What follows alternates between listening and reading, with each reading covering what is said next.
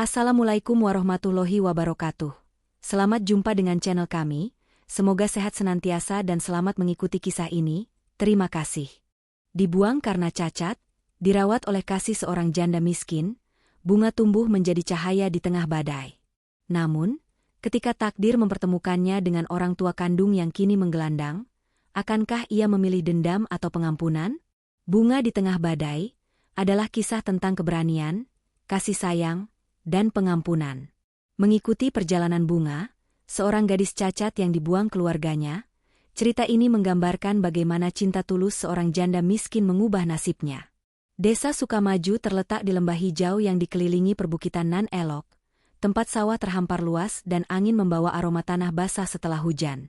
Di tengah desa itu, berdiri megah rumah keluarga Hartono, sebuah bangunan besar dengan pilar-pilar putih dan jendela-jendela kaca patri yang berkilau di bawah sinar matahari.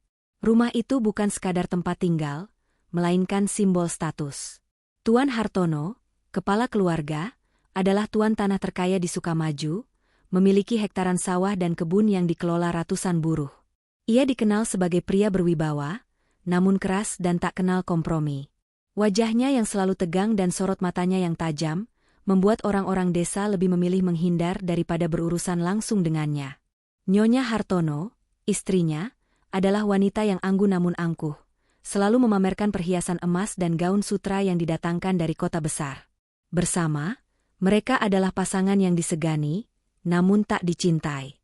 Di balik kemewahan itu, keluarga Hartono menyimpan rahasia yang mereka jaga rapat-rapat. Nyonya Hartono sedang mengandung anak pertama mereka, sebuah momen yang seharusnya membawa kebahagiaan. Selama 9 bulan, desa dipenuhi desas-desus tentang calon pewaris keluarga Hartono.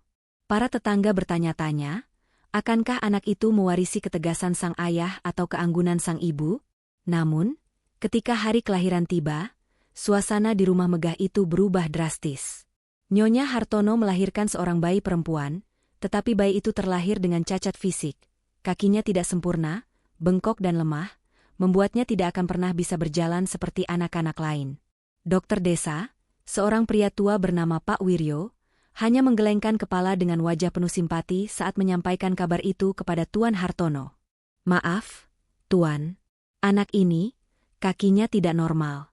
Tapi ia sehat, dan dengan perawatan yang baik, ia bisa hidup bahagia," kata Pak Wiryo dengan nada hati-hati. Tuan Hartono tidak menjawab. Wajahnya memerah, tangannya mengepal erat di sisi tubuhnya.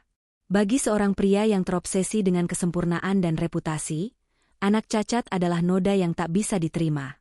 Ia memandang bayi itu, yang terbaring lemah di pelukan bidan, dengan tatapan penuh kebencian. Nyonya Hartono, yang masih lelah usai melahirkan, menangis terseduh-seduh, bukan karena kasih sayang, melainkan karena malu. Bagaimana kita bisa menunjukkan anak ini kepada dunia? Apa kata orang-orang? Kita akan jadi bahan tertawaan, katanya dengan suara parau, tangannya menutupi wajah. Malam itu, di ruang tamu yang diterangi lampu kristal mewah, Tuan dan Nyonya Hartono duduk berhadapan. Suasana tegang, hanya suara jam dinding besar yang berdetak memecah keheningan. Tuan Hartono akhirnya angkat bicara, suaranya dingin seperti es. "Anak ini tidak boleh tinggal di sini.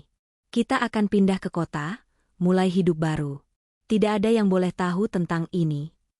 Ia menunjuk ke arah kamar tempat bayi itu berada, seolah-olah anaknya hanyalah benda yang bisa disingkirkan. Nyonya Hartono mengangguk pelan, wajahnya pucat. "Tapi bagaimana caranya? Kita tidak bisa membiarkannya begitu saja," katanya, meski nada suaranya menunjukkan keraguan yang lebih didasari rasa takut akan skandal daripada kasih sayang sebagai ibu. Tuan Hartono menatap keluar jendela, ke arah sawah yang membentang gelap di bawah bulan purnama. "Bei Inah akan mengurusnya," katanya akhirnya. Ia setia, dan ia tahu untuk tutup mulut. Bei Inah, pembantu setia keluarga Hartono, adalah seorang janda berusia 40 tahun yang telah bekerja untuk mereka sejak remaja. Ia tinggal di gubuk kecil di pinggir desa, hidup sederhana dengan penghasilan pas-pasan dari pekerjaannya sebagai pembantu dan tukang cuci. Wajahnya yang penuh kerutan menceritakan tahun-tahun penuh perjuangan, namun matanya selalu memancarkan kehangatan. Ia adalah satu-satunya orang di rumah Hartono yang memperlakukan semua orang dengan hormat, tak peduli status sosial mereka.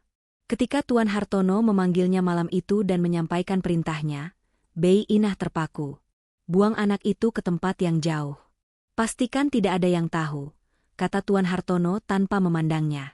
Bei Inah menundukkan kepala, tangannya gemetar. Ia ingin protes, ingin berteriak bahwa ini adalah dosa besar, tetapi ia tahu posisinya. Menolak berarti kehilangan pekerjaan, dan mungkin lebih dari itu, mengingat kekuasaan Tuan Hartono di desa. Dengan hati berat, ia masuk ke kamar tempat bayi itu berada. Bidan desa telah pulang, meninggalkan bayi mungil itu terbungkus kain putih di ranjang kecil. Bei Inah mendekat, dan ketika ia melihat wajah bayi itu, mata besar yang memandangnya dengan polos, air matanya tumpah. "Kau tidak salah apa-apa, Nak," bisiknya, suaranya parau. Ia menggendong bayi itu, merasakan kehangatan tubuh kecil itu di dadanya, dan saat itulah ia tahu bahwa ia tidak akan sanggup menjalankan perintah Tuan Hartono. Malam semakin larut, dan Bei Inah membuat keputusan yang akan mengubah hidupnya. Dengan hati-hati, ia membungkus bayi itu dalam selimut tua, lalu berjalan keluar dari rumah megah itu menuju gubuknya. Angin malam terasa dingin, tetapi pelukan Bei Inah pada bayi itu penuh kehangatan. Ia tahu perjalanan ini tidak akan mudah. Ia hanyalah janda miskin, hidup dari hari ke hari, tetapi hatinya tidak membiarkannya berpaling dari tanggung jawab ini. "Kau akan jadi bunga di hidupku, Nak," gumamnya, menatap bayi yang kini tertidur di pangkuannya. Ia menamainya Bunga, sebuah nama yang mencerminkan harapan di tengah keputusasaan. Keesokan harinya, Tuan Hartono tidak bertanya apa-apa. Ia hanya memastikan Bei Inah tidak lagi membawa bayi itu kembali ke rumah. Nyonya Hartono, yang menghabiskan malam dengan menangis, memilih untuk tidak melihat ke kamar bayi lagi. Dalam beberapa minggu, keluarga Hartono mengemas barang-barang mereka, menjual sebagian besar harta di desa, dan pindah ke Jakarta, meninggalkan Sukamaju seolah-olah ingin menghapus masa lalu. Desa kembali tenang, tetapi rahasia kelam itu tetap tersimpan di hati Bei Inah, yang kini memiliki tujuan baru dalam hidupnya. Merawat bunga dengan segala yang ia miliki, meski itu hanya cinta dan kesederhanaan. Sementara itu, di gubuk kecilnya, Bei Inah menatap bunga yang terlelap di dipan bambu. Cahaya bulan masuk melalui celah-celah dinding kayu, menerangi wajah mungil itu. "Kita akan lalui ini bersama, Nak," bisik Bei Inah. Ia tahu perjuangan akan berat, tetapi di hatinya, ia merasa telah menemukan makna baru. Bunga, anak yang dibuang karena dianggap aib, kini menjadi anugerah yang akan ia jaga dengan sepenuh hati. Gubuk kecil Bei Inah di pinggir desa Sukamaju jauh dari kata layak. Dindingnya terbuat dari anyaman bambu yang sudah lapuk, atapnya bocor di musim hujan, dan lantainya hanya tanah liat yang ditutupi tikar usang. Namun, di dalam gubuk itu, kehangatan cinta Bei Inah untuk bunga mengubah tempat sederhana itu menjadi rumah yang penuh kasih. Bei Inah, seorang janda berusia 40 tahun, telah kehilangan banyak hal dalam hidupnya. Suami yang meninggal karena sakit, anak yang tak pernah ia miliki, dan harta yang tak pernah ia kejar. Namun, kehadiran Bunga, bayi mungil yang dibuang keluarga Hartono, memberinya tujuan baru. Setiap malam, ketika angin malam bertiup masuk melalui celah-celah dinding, Bei Inah duduk di samping dipan bambu tempat Bunga tidur, menatap wajah polos itu dengan mata berkaca-kaca. "Kau adalah anugerahku, Nak," bisiknya, suaranya lembut namun penuh tekad. Merawat Bunga bukanlah tugas mudah. Bei Inah hidup dari penghasilan sebagai tukang cuci untuk keluarga-keluarga di desa. Pagi-pagi sekali, sebelum matahari terbit, ia sudah berjalan ke rumah tetangga, membawa bakul besar berisi pakaian kotor. Tangan kasarnya menggosok kain di sungai, kadang hingga lecet, hanya untuk mendapatkan beberapa ribu rupiah. Di sore hari, ia berjalan keliling desa, menjajakan kue pisang dan ketan yang ia buat sendiri. Uang yang terkumpul nyaris tak cukup untuk kebutuhan sehari-hari, apalagi untuk membeli susu atau pakaian untuk Bunga. Namun, Bei Inah tak pernah mengeluh. Ia percaya bahwa Tuhan telah mempercayakan Bunga kepadanya, dan ia akan melakukan apa saja untuk memastikan anak itu tumbuh dengan baik. Bunga, meski cacat di kakinya, tumbuh menjadi anak yang ceria dan penuh semangat. Ketika ia mulai bisa merangkak, Bei Inah membuatkan tongkat kecil dari bambu untuk membantunya berjalan. Bunga sering jatuh, Tetapi ia selalu bangkit dengan tawa renyah yang membuat hati Bei Inah hangat. "Lihat, Ibu, aku bisa," serunya sambil berjalan pincang, wajahnya berseri-seri. Bei Inah, yang Bunga panggil Ibu, sejak ia mulai bicara, selalu tersenyum, meski kadang air matanya menetes melihat perjuangan anak itu. Ia mengajarkan Bunga untuk tidak malu dengan kekurangannya. "Kaki boleh lelet, tapi hati harus cepat menangkap kebaikan," katanya suatu hari, sambil mengepang rambut Bunga yang mulai panjang. Pendidikan menjadi tantangan tersendiri. Sekolah terdekat di Sukamaju berjarak 2 kilometer, dan Bunga tidak bisa berjalan jauh. Bei Inah, dengan tabungannya yang pas-pasan, membeli buku-buku bekas dari pasar loak dan mengajari Bunga membaca di malam hari, di bawah lampu minyak yang temaram. Bunga ternyata cerdas. Ia menyerap pelajaran dengan cepat, menghafal huruf dan angka dengan penuh semangat. Ketika usianya 7 tahun, Bei Inah akhirnya mendaftarkannya ke sekolah dasar, meski harus berutang kepada tetangga untuk membeli seragam. Guru-guru di sekolah kagum dengan kecerdasan Bunga, meski beberapa anak sering menggodanya karena jalannya yang pincang. Setiap kali Bunga pulang dengan wajah murung, Bei Inah memeluknya erat. "Orang boleh bicara apa saja, tapi kau harus tahu, kau lebih kuat dari mereka semua," katanya, suaranya penuh keyakinan. Di desa, Bunga mulai dikenal sebagai anak yang ramah dan suka membantu. Meski berjalan dengan tongkat, ia sering menemani Bei Inah menjajakan kue, membawa bakul kecil di tangannya. Warga desa yang awalnya meragukan kemampuan Bei Inah untuk merawat anak cacat perlahan tersentuh oleh keceriaan Bunga. Mak Sari, penjual sayur di pasar, sering memberi Bunga seikat bayam gratis. Pak Darto, tukang kayu, membuatkan kursi kecil khusus agar Bunga bisa duduk nyaman saat membantu Bei Inah. "Anak ini seperti matahari, bikin orang di sekitarnya ikut cerah," kata Mak Sari suatu hari, sambil mengelus kepala Bunga. Namun, di balik keceriaan Bunga, ada pertanyaan yang selalu mengganjal di hatinya. "Ibu, kenapa aku tidak punya ayah? Dan kenapa kaki aku begini?" tanyanya suatu malam, saat ia dan Bei Inah duduk di beranda gubuk, menatap bintang-bintang. Bei Inah terdiam. Ia tahu kebenaran tentang asal-usul Bunga, tetapi ia tak ingin menyakiti hati anak itu. Dengan hati-hati, ia berkata, "Kau adalah hadiah dari Tuhan untuk ibu, Bunga. Soal kaki, itu cuma cara Tuhan bikin kau istimewa. Soal ayah, mungkin dia sedang menjaga kita dari atas sana." Bunga mengangguk, meski matanya masih penuh tanya. Bei Inah memeluknya erat, berdoa dalam hati agar Bunga tak pernah tahu betapa kelamnya kisah kelahirannya. Hari-hari berlalu, dan Bunga terus tumbuh dengan penuh kasih sayang.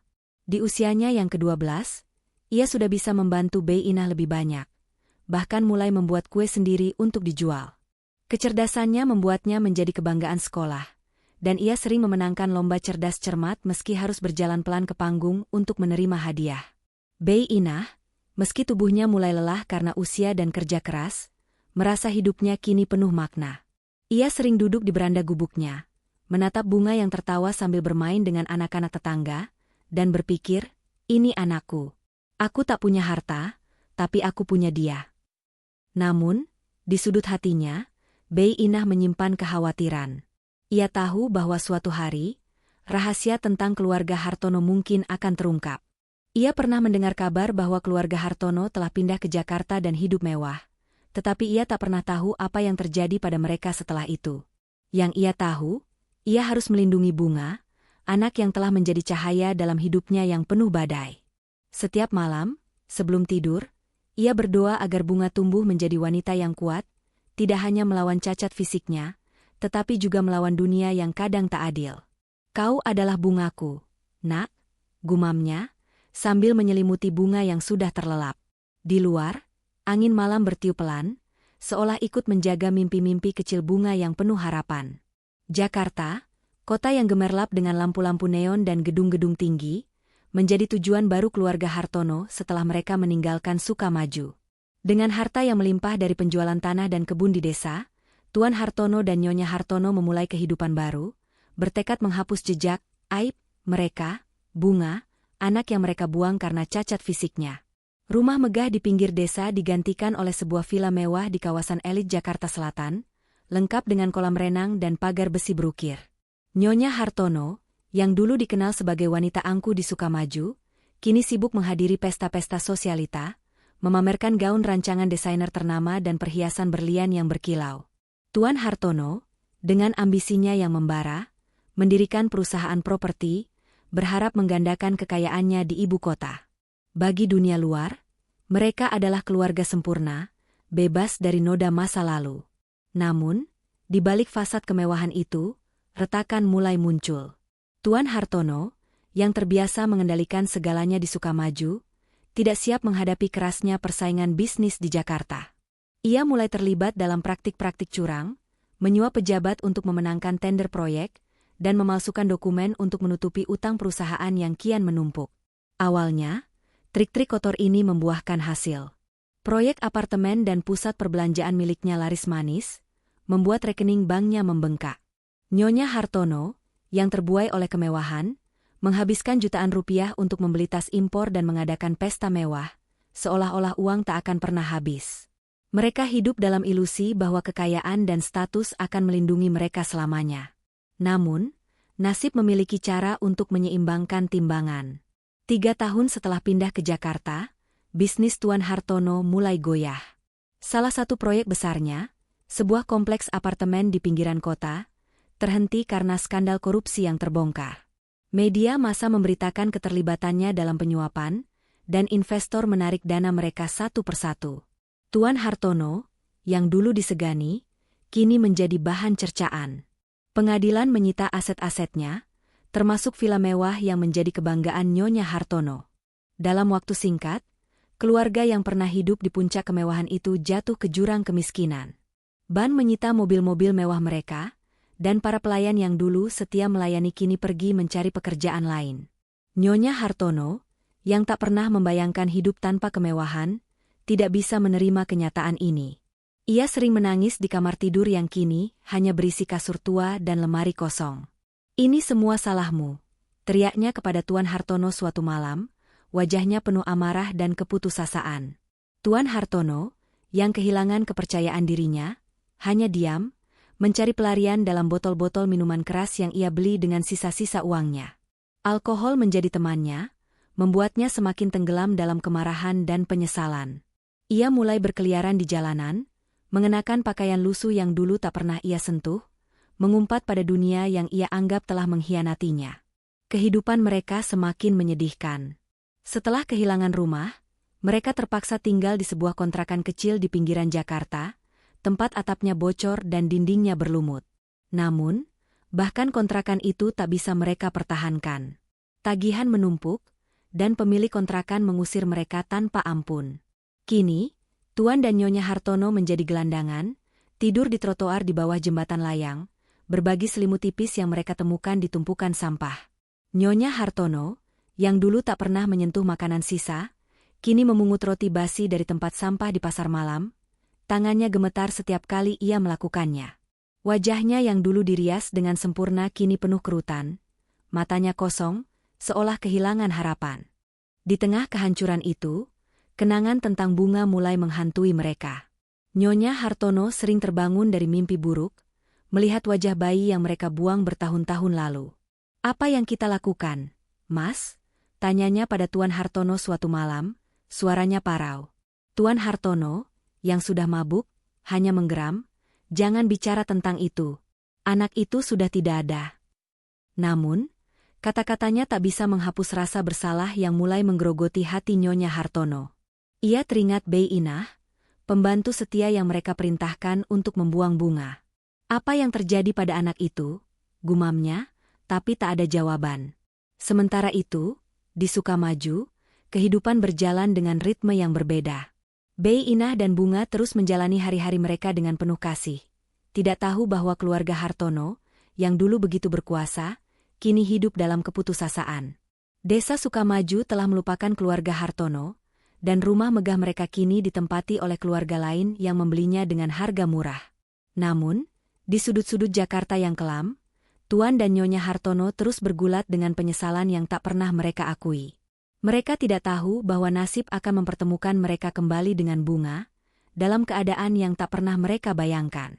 Malam itu, di bawah jembatan layang yang dingin, Nyonya Hartono memeluk tubuhnya sendiri, mencoba menahan hawa dingin yang menusuk. Di sampingnya, Tuan Hartono tertidur dalam mabuk, botol kosong tergeletak di sisinya. Langit Jakarta dipenuhi awan kelabu, seolah mencerminkan hidup mereka yang telah kehilangan cahaya. Nyonya Hartono menatap ke kejauhan, ke arah lampu-lampu kota yang dulu menjadi bagian dari mimpinya. Dalam hati, ia berdoa, meski tanpa harapan, agar suatu hari ia bisa menemukan penebusan atas dosa yang telah ia dan suaminya lakukan. Jakarta, dengan hiruk-pikuknya yang tak pernah reda, menjadi panggung baru bagi Bunga, yang kini telah berusia 20 tahun. Berkat kecerdasannya dan semangat pantang menyerah, ia berhasil mendapatkan pekerjaan sebagai staf administrasi di sebuah perusahaan kecil di kawasan Sudirman. Meski gajinya sederhana, cukup untuk membiayai kehidupan sehari-hari dan pengobatan Bei Inah, yang kini mulai lemah karena penyakit jantungan. Bunga dan Bei Inah telah pindah dari Sukamaju ke sebuah kontrakan kecil di pinggiran Jakarta, sebuah ruang sempit dengan dinding cat mengelupas dan ventilasi yang buruk. Namun, bagi Bunga, tempat itu adalah istana, karena ia bisa bersama Bei Inah, wanita yang telah merawatnya dengan kasih sayang sejak ia dibuang. Setiap pagi, Bunga berangkat ke kantor dengan tongkat kayunya, berjalan pelan namun penuh percaya diri menuju halte bus. Wajahnya yang selalu tersenyum dan sikapnya yang ramah membuat rekan-rekan kerjanya menyukainya. Di sela-sela kesibukannya menyusun laporan dan mengelola data, Bunga punya kebiasaan kecil yang membuatnya berbeda. Ia sering membawa nasi bungkus atau pakaian bekas untuk dibagikan kepada gelandangan di sekitar kantor. "Kita tak pernah tahu apa yang mereka alami," katanya kepada seorang rekan kerja yang bertanya mengapa ia begitu peduli. Bunga tidak pernah lupa bagaimana Bei Inah berjuang untuknya dengan penghasilan yang pas-pasan, dan ia ingin berbagi kebaikan yang telah ia terima. Suatu sore, setelah hujan reda dan trotoar Jakarta basah oleh genangan air, Bunga berjalan menuju halte dengan sebuah tas plastik berisi beberapa nasi bungkus. Di sudut jalan, di bawah pohon besar yang daun-daunnya meneteskan air, ia melihat seorang wanita tua duduk meringkuk. Wanita itu mengenakan baju compang-camping, rambutnya kusut dan wajahnya kotor. Bunga mendekat, hatinya tergerak. "Ibu, ini ada makanan," katanya lembut, menyodorkan nasi bungkus. Wanita itu mengangkat wajahnya perlahan, dan matanya yang redup tiba-tiba melebar. "Bunga?" ucapnya dengan suara parau, hampir tak terdengar. Bunga mengerutkan kening, bingung. Ia tidak mengenali wanita itu, tetapi ada sesuatu di matanya yang membuat jantung Bunga berdegup kencang. "Maaf, ibu tahu nama saya dari mana?" tanyanya hati-hati. Wanita itu menangis, tangannya yang kurus mencoba meraih lengan Bunga. Dengan suara tersendat, ia berkata, Aku ibumu, Bunga. Aku Nyonya Hartono." Dunia seolah berhenti bagi Bunga. Ia menatap wanita itu, mencoba mencocokkan wajah tua dan lelah di depannya dengan cerita-cerita samar yang pernah ia dengar dari Bei Inah. Nyonya Hartono, ibu kandungnya, orang yang membuangnya karena malu dengan cacatnya. Air mata mengalir di pipi Nyonya Hartono saat ia menceritakan kisah hidupnya. Ia mengaku bagaimana ia dan Tuan Hartono, ayah Bunga, memerintahkan Bei Inah untuk membuangnya karena tak ingin anak cacat merusak nama baik keluarga. Ia menceritakan kehancuran mereka di Jakarta, bisnis yang bangkrut, harta yang disita, dan hidup sebagai gelandangan. "Kami salah, Bunga. Kami menyesal," katanya, suaranya penuh penyesalan. Tuan Hartono, yang kini menjadi pemabuk, tidak ada di sisinya saat itu. Tetapi Nyonya Hartono mengatakan bahwa ia juga hidup dalam penderitaan yang sama. Bunga merasa dunia berputar. Rasa sakit, kemarahan, dan kebingungan bercampur di dadanya. Ia teringat malam-malam ketika Bei Inah memeluknya, mengatakan bahwa ia adalah anugerah, sementara orang tua kandungnya tega membuangnya seperti sampah. Ia ingin berteriak, ingin menumpahkan semua luka yang tiba-tiba terbuka, tetapi wajah Bei Inah muncul di benaknya. "Maafkanlah, Nak, karena memaafkan akan membebaskan hatimu," nasihat Bei Inah bergema di telinganya. Bunga menarik napas dalam-dalam, mencoba menenangkan diri. "Ibu, saya tidak tahu apakah saya bisa memanggil ibu begitu," katanya pelan, "tapi saya tidak akan membenci ibu." Dengan hati yang masih berat, Bunga membawa Nyonya Hartono ke sebuah klinik kecil di dekat kantornya. Ia membayar biaya pemeriksaan dari gajinya yang pas-pasan, memastikan wanita tua itu mendapatkan perawatan untuk luka-luka di tubuhnya. Nyonya Hartono menangis sepanjang waktu, berulang kali meminta maaf, tetapi Bunga hanya mengangguk. Wajahnya penuh ketenangan yang dipaksakan. Setelah meninggalkan Nyonya Hartono dengan sedikit uang dan makanan, Bunga pulang ke kontrakan, pikirannya kacau. Malam itu, ia duduk di samping Bei Inah, yang terbaring lemah di kasur tua. "Ibu, saya bertemu ibu kandung saya," katanya pelan, suaranya gemetar. Bei Inah memandang Bunga dengan mata penuh kasih.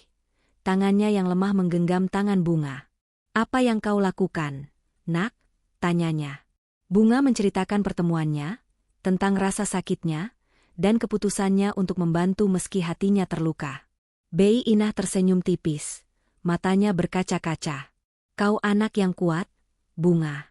Hati yang memaafkan adalah hati yang bebas," katanya. Bunga memeluk Bei Inah, menangis dalam diam, merasa campur aduk antara luka masa lalu dan kehangatan kasih sayang yang telah membesarkannya. Di luar kontrakan, Jakarta terus bergerak dengan ritmenya yang tak kenal lelah. Bunga tahu hidupnya tidak akan pernah sama setelah pertemuan ini, tetapi ia juga tahu bahwa kekuatannya berasal dari cinta Bei Inah. Malam itu, ia berdoa, memohon kekuatan untuk menghadapi hari-hari mendatang, tidak hanya untuk dirinya, tetapi juga untuk Nyonya Hartono, yang kini hidup dalam bayang-bayang penyesalan. Kisah Bunga menyebar seperti angin di Jakarta dan Sukamaju, menyentuh hati siapa saja yang mendengarnya. Gadis dengan kaki pincang yang dibuang orang tuanya, dirawat dengan penuh kasih oleh seorang janda miskin, dan kini memaafkan ibu kandungnya yang hidup sebagai gelandangan. Cerita itu menjadi pembicaraan di pasar, warung kopi, bahkan di kantor tempat Bunga bekerja. Rekan-rekan kerjanya mulai memandangnya dengan kagum, bukan lagi karena kecerdasannya dalam menyelesaikan tugas, tetapi karena hati besar yang ia tunjukkan. Bunga, bagaimanapun, tetap rendah hati. Baginya, apa yang ia lakukan untuk Nyonya Hartono bukanlah sesuatu yang luar biasa. Itu hanya cerminan dari kasih sayang yang telah Bei Inah ajarkan kepadanya sejak kecil. Kehidupan Bunga dan Bei Inah mulai berubah ketika seorang pengusaha bernama Pak Darmawan, yang mendengar kisah Bunga dari seorang tetangga di Sukamaju, datang menemui mereka.